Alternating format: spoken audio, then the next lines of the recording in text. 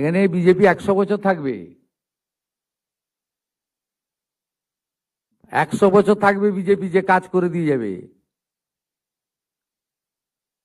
এখানে এই লোকেদের আর ফেরত আসার কোনো চান্স নেই।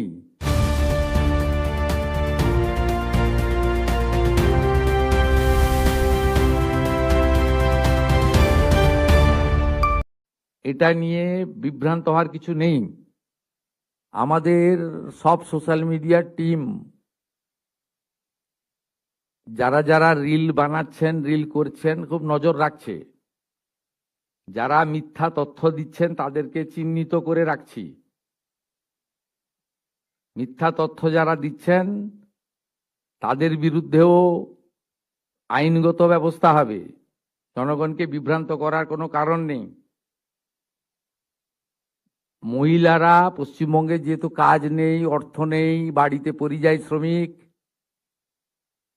এবং এই অর্থটা মোটামুটি একটা কোনো কাজ না করেই একটা অর্থ বিজেপি এটা দিবে বলেছে, জনগণ এটা স্বীকার করেছে, বিজেপি এটা দেবে। আমি তো কমিটেড, আমি চিফ মিনিস্টার, পাওয়ার যোগ্য লোকরা নিশ্চয়ই পাবেন। কিন্তু আমি দেখছি রিলগুলোকে পোস্ট যারা করছেন তারা কেউ বিজেপিকে ভোট দেননি।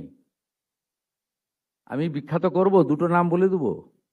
আমি পাই নূর আলম, আপনি ভোট দেননি বিজেপিকে, আমি জানি আপনি কোনোদিন বিজেপিকে ভোট দেবেন না।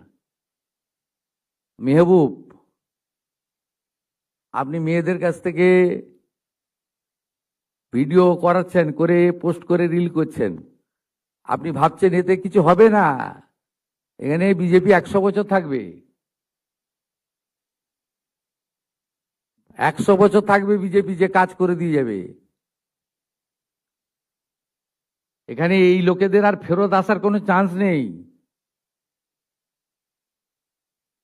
তো ফলতা দেখেছেন, এরপরে রেজিনগর আর নন্দীগ্রাম দেখতে পাবেন, তারপরে কলকাতা হাওড়া কর্পোরেশন দেখতে পাবেন।